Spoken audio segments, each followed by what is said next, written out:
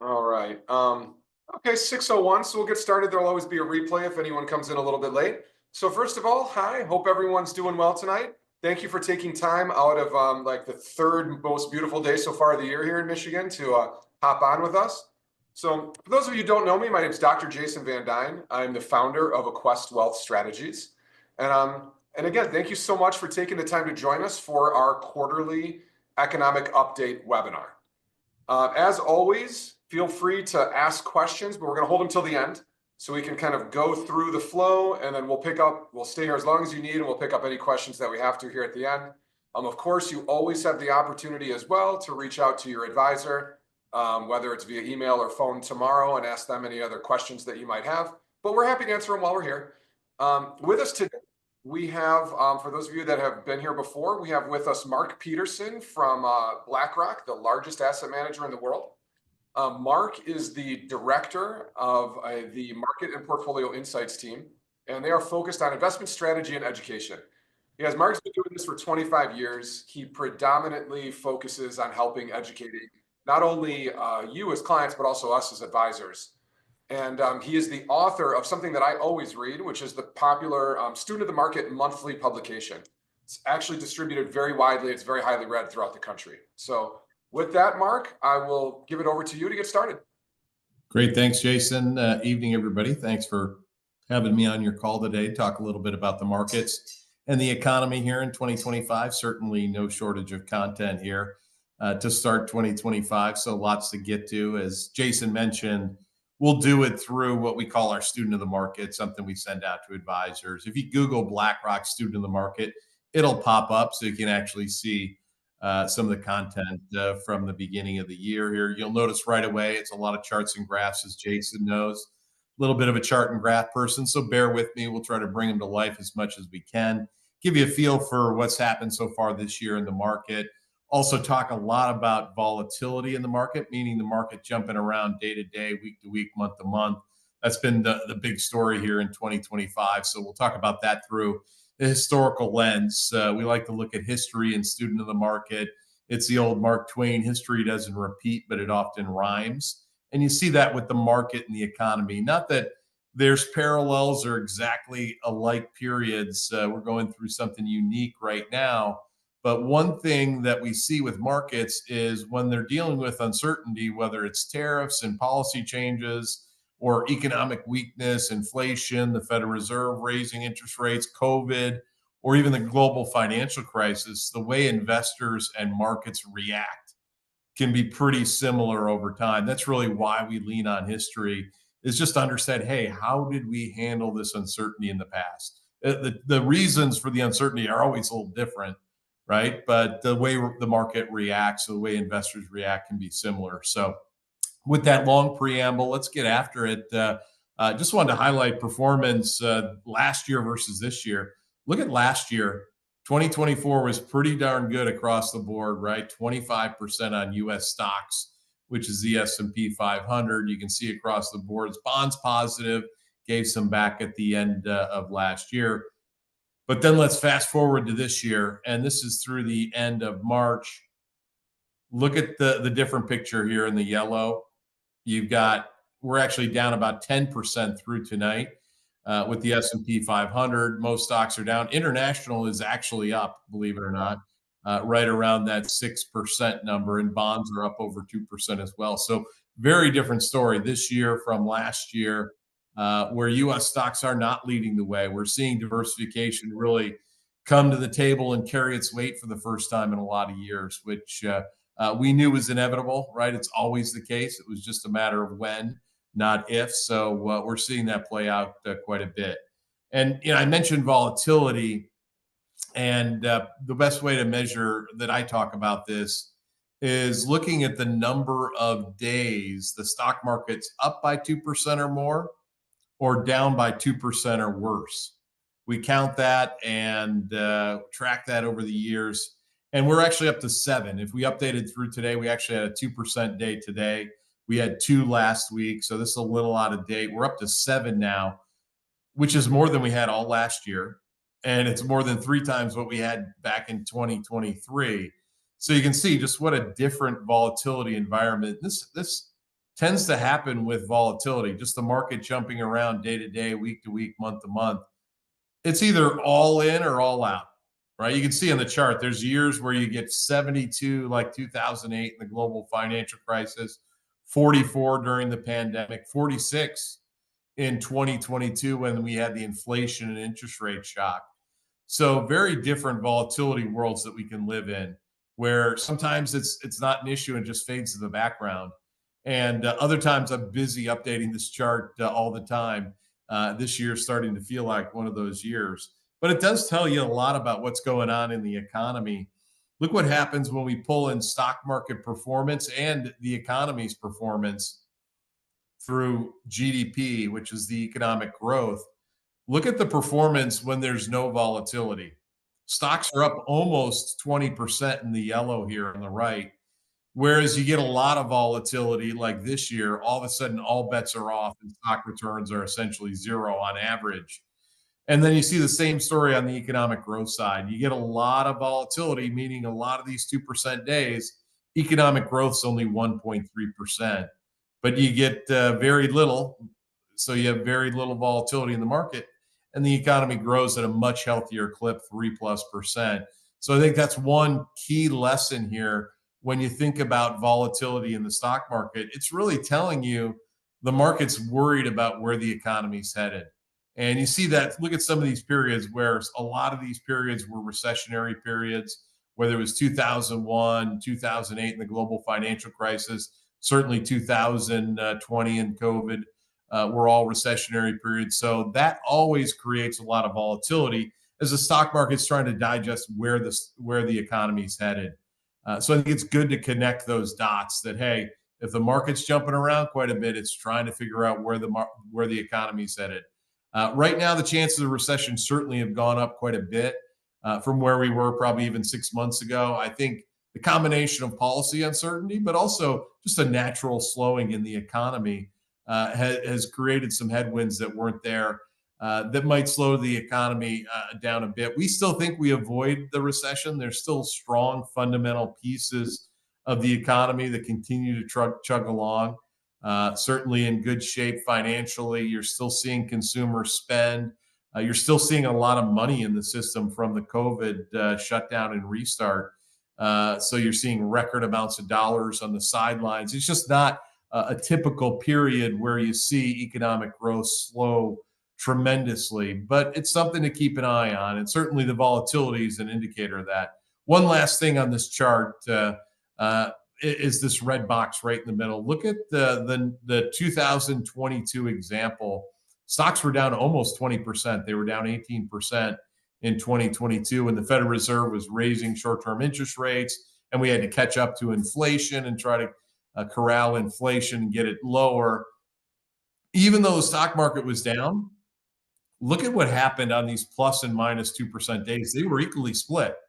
So even though the market was down almost 20%, you had almost the same number. You had the exact same number of positive and negative 2% days. So I think that's what folks often forget is in these volatile periods when the market can be down, they're not all bad days. You get some great days mixed in, and that's what we've seen this year. And the next chart highlights another period where we saw this happen as a great example. Back in 2020 in the pandemic, if you recall, March of 2020, one of the worst months ever for U.S. stocks. You had 3 of the worst days in stock market history. You actually had number 2 and 3 since 1950. Only 1987, if you remember, stocks were down 20% in one day in 1987. You had number 2 and 3, number 9. That was awfully rough. But look what happened in March and April. You had 5 of the best 15 days since 1950. So you had 3 of the worst, but you also had 5 of the best. And think about what that means in these type of environments for investors. The last thing you want to do is anything drastic after one of these really bad days. You don't want to do anything like go to the sidelines, go to cash, because you're going to miss one of these best days on the other side, because these best and worst days, they live in the same neighborhood. They overlap tremendously. In fact, we looked at the 24 in the last 20 years, 24 of the 25 best days occurred within 1 month of the 25 worst days. And that's exactly what we had happen in this period. I don't know if you recall last Wednesday, they talked about delaying some of the tariffs. Stock shot up 9.5% last Wednesday. It was the third best day since 1990. And it was after a couple really bad days a couple weeks ago where we were down 5.5, 4.5% in one day. So this is just a natural way that the market moves around in a volatile period. And I think it's so important to understand, don't do anything rash, right, with the portfolio following one of these worst periods, because some of the best days are going to be on the other side here. And look at the impact. And this is a famous chart in the industry. I think every financial firm has to have this one by law. I'm sure Jason and crew have this one, and probably have shown a lot of you in the past. But look at the last 20 years. If you just would have stayed invested the entire time, pretty amazing, actually. 100,000 grows to almost 717,000 in the red on the left. But look what happens if you just missed the best 5 days over the last 20 years. And you can see it wouldn't have been that hard to miss the best 5 days. You would have missed a bunch, right? Just in that March of 2020 period. But look what happens to your outcome. You're almost cut in half, right? You go from 717 to 452 and then so forth down the line. Granted, you'd have to be super unlucky to miss the best 25 days, but you get the idea here. The missing out on the best days on the other side, you're going to have an enormous impact on your outcome. That's why it's the old time in the market story versus trying to time the market. And I think that's really critical with what we're going through right now. Don't get caught up in the swings in the market. If anything, get on the front foot and maybe use it to your advantage. Put some money to work. I know I increased my 401k contributions, also increased my 529 college saving plan contributions, made an extra contribution for your kids or your grandkids. All those are good volatility market strategies, right? Where you can even take some tax losses that Jason and team can help you with. And certainly during, this is tax week, right? I guess we missed it yesterday, but certainly something that's always good to take advantage of, make the accountant happy, but critical in these type of environments. And just to put a little bit more meat around buying into some of these drawdowns, so putting money to work, like dialing up contributions or dollar cost averaging into markets like this. Look at the last 20 years. If you would have bought any period where stocks were down over 20%, or excuse me, 10% or more, you would have been up on average almost 16% over the next 12 months. Now, it doesn't work every period, because you do get some periods where those 10% corrections turn into bear markets like they did in 2008, 2009, or 2020 in COVID, or more recently in 2022. But you can see the overall result in a lot of these periods ends up being pretty attractive over time. And it's really good if you could actually have the hindsight, the benefit of hindsight, and buy the exact bottom of either the 10% plus decline or the bear market. But I think you get the idea that oftentimes these weaknesses, these pullbacks in the market can be an opportunity to put some money to work and certainly reposition the portfolio, take some tax losses, whatever it might be. We think all of those, again, are good strategies to employ in volatile markets like this. And there's always a reason to sell. I think one of the things that we've probably just been beaten up with over the last many years is there's all kinds of headline risk, right? Think of all the challenges that we have beyond just the change in policy, right? We still got Russia, Ukraine. We still got Israel and Hamas, challenges in the Middle East, all kinds of things. And this has really been the story the last 10, 15 years. This actually goes back to the end of the global financial crisis in 2008. Look at what 100,000 grows to, $851,000. Pretty amazing, given all these challenges that we've had. I think really speaks to the resiliency of the U.S. stock market, the U.S. economy. Don't bet against the U.S. economy, right? That's been a bad bet the last 60 or 80 years. And think about what we've gone through over this stretch, right? We've invented the iPhone. We've gotten U.S. oil independency, energy independency. Right now, we're on the leading edge of AI. There's just always some good going on in the economy that allows it to be resilient over time. Pretty amazing, actually. And we certainly think that'll continue to be the case. And one of our favorites on the right side here, look what happens to your returns if you invested in some of the worst historical events ever. Look at the 1987 crash that we talked about. You were down 20% in a day.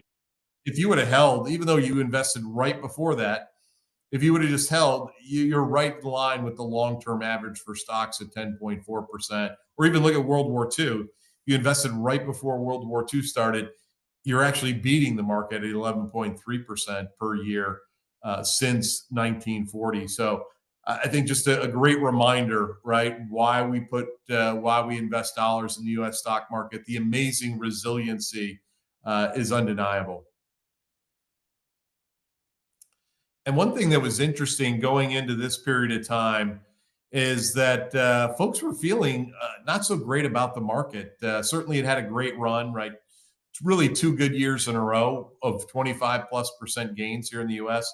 We're up 26% in 2023, 25% in 2024.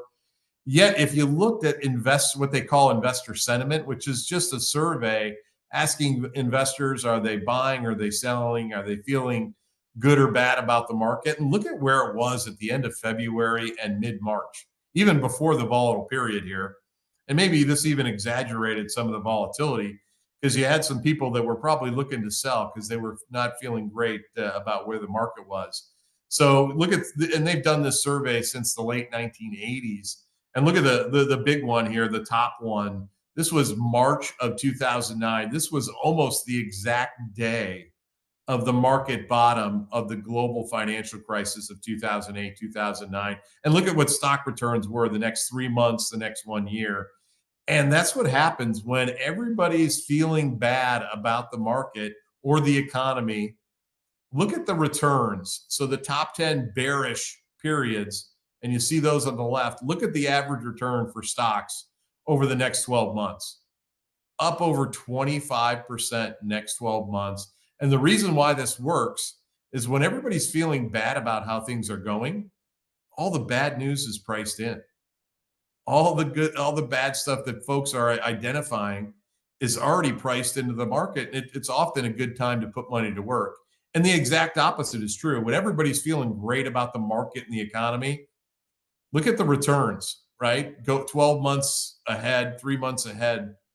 That's not a great time to put money to work. That's actually probably a good time to revisit your risk and reposition your portfolio because that means all the good news is priced in. So I think this is kind of an interesting dynamic going on right now where you had the market very bearish heading into this volatile period. And maybe 12 months from now, it looks pretty darn good given the fact that everybody's pricing in all the bad news right now. And we can look at all these other historical charts and we'll certainly break out all that we have here out of the bag. Here's the worst days, by the way, since 1950. We actually finished just below here. We had about a 5.5% day a couple weeks ago. We had a 4.5% day, so didn't quite crack the top 15. But look at some of these days. Here's that 1987 day, right? October 19th, you lost 20.5%. But look at all of these days 1 year later. Only one of them was negative.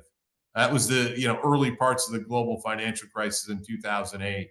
So I think just a great reminder, again, when you see the market reacting to all this uncertainty, oftentimes it can be a really good time to put money to work. And here's some longer term time periods. I don't want to get you caught up in days, right? You'll go crazy looking at staring at the market day to day. But here's some longer term periods, what the drawdown was, what the rebound was. You can see the recent inflation shock, right? Was down in bear market territory, but bounced back in a very healthy way. And can you go back one, Mark, real quick? The economy, and it does drift into a recession.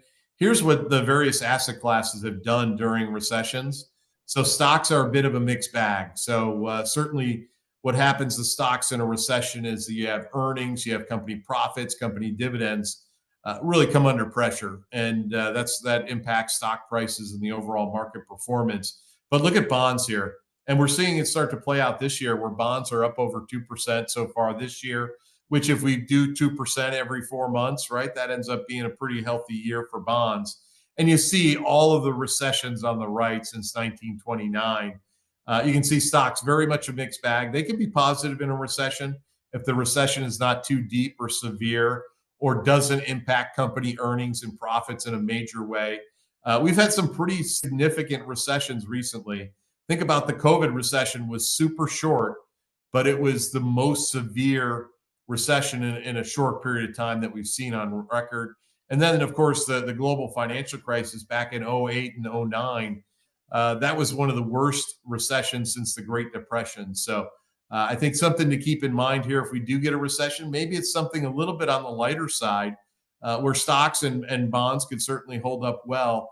So your diversified portfolio, we just put a 60-40 stock and bond mixed in here. I know everybody will have something a little bit different, but you can see that holds up pretty darn well in an environment where everybody has a lot of concerns. Stock performance can be volatile and mixed like we're seeing this year. So I think diversification's back. We looked at it in the first slide. International's outperforming, right? Helping. Bonds are positive, making up for some of the slack that we're seeing in U.S. stocks, which after probably need a bit of a breather after being up 25% in 2 years. And the last slide here is one that's got a lot of squiggly lines here, but one that we've probably used before with everybody. But it really highlights why we diversify portfolios the way we do, why we asset diversify and spread your investment eggs across a variety of investment baskets. It's all to get to what we call winning more by losing less. Sounds a little bit like a riddle. Winning more by losing less. Basically, what it's saying is you don't need all the upside of what the good market brings, just get a chunk of it, but limit losses in the downturn. That's how you build wealth over time. It's just tough to see it emotionally as it plays out because you go through these periods, and this is investing right before the global financial crisis in October of 2007. Stocks were down 55%. But look at 100,000, so grew to over 505,000. Pretty amazing if you think about it. But look what happens if we capture 80% of all the up and down markets. So 80% of all the bull and bear markets. So instead of being down 55%, we're down 44. And instead of being down up over 500%, we're only up 423. And rinse and repeat this over various up and down markets. Look at what happens on the overall outcome. You were 505,000 being fully invested in U.S. stocks, but in this diversified portfolio, we're capturing 80% of the upside, 80% of the downside. You actually get to a slightly better place at 505, 370, and you actually did so with better protection in those bear market periods, right? Significantly better drawdown protection, which means less risk, less volatility, a smoother ride for your overall portfolio. This is what we're trying to do when we build portfolios the way we do. Chunk of the upside, don't need to get greedy, right? Give me a chunk of that upside, limit losses in the downturn. That's what winning more by losing less is. It's how you build wealth over time. It's just tough to see again as you go through it because it never feels good to lose money in years like this year. And then it doesn't feel great when you trail either. But you need to understand what we're trying to do, how it plays out in various markets and economic cycles, and understand that this is where we're trying to get to, this winning more by losing less story. So probably a good place to end here. It's probably enough charts and graphs for you on a nice Wednesday evening in Michigan.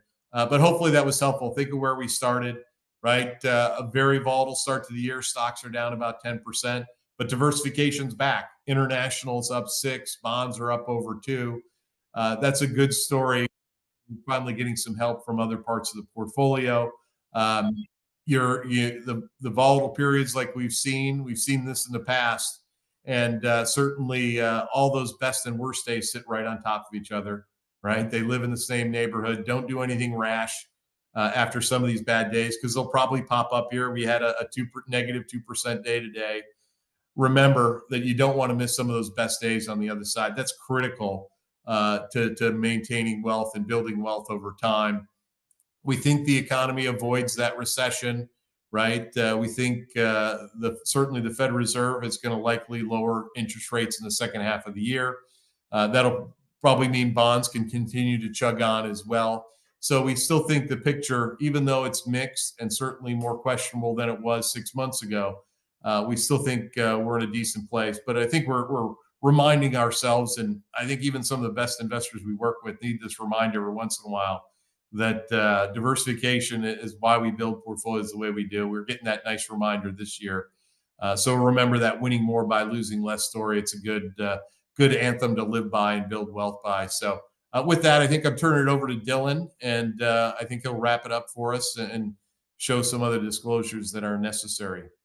Yeah, you guys. So Dylan just has to do this quick disclosure. But with that said, I'd like to just comment on how this probably applies to most of our clients, and then as well as answer some questions. So, the last week or so, I've gotten, as I've been talking to you and everyone else, on the clients, they have been saying, "Oh, Jason, are you doing okay? Like, you've got to be getting 100 million calls." But I think it's a testament to what we do and how we do it. I literally did not get one phone call. Not one person called and said, "Oh my gosh, the market's down. Like, what do I do?" A few of the other advisors in the office did, in fairness. But I quite literally, the 300 and some odd people that I personally work with, I literally did not get one phone call. Out of the 4,000 clients that we had, I bet you we got 2 dozen, right? So, and I think people know what's going on. But what's nice is a lot of the things that we do, I think what Mark talked about by, winning more by losing less is just what we live by. Right. So whether it's a fixed indexed annuity that's guarding you on the downside, some options or structured notes, owning some bonds, an income note, most of our clients want to just grind out that high single, low double digit return on a relatively consistent basis. And then when the market gets crushed, they don't want to lose all their money. And I think that's happening to such an extent, literally 0 people called us. So I think that this market is what the Aquest Wealth way of investing is built for. Quite frankly, last year, market was up 20-some%. We're not built for that. We're not going to capture all of those gains. But like Mark illustrated, you don't need to capture those if you're not losing in the bad times. So with that said, I just want to, Mark, thank you. You did an excellent job as always. And then I want to open it up to questions. So I'd say to answer questions, just anyone out there can unmute and ask away. And if a couple people unmute all at the same time, that's fine. We'll just do one at a time. And while we're waiting, Jason, I thought I'd mention inflation. I'm a bit of an inflation geek, right? Which makes me a hit at all the cocktail parties. Inflation came in really good last week. I don't think it got much headlines, but because the market was so volatile, but we were down to 2.4% inflation for the headline inflation number, which is the lowest we've been in a long time, since 2021. Remember, we were 9%, 9.1% back in 2022. Yeah. And everybody's going to try to take credit for it. Don't believe them. This is just naturally what inflation does when you have a healthy economy, right?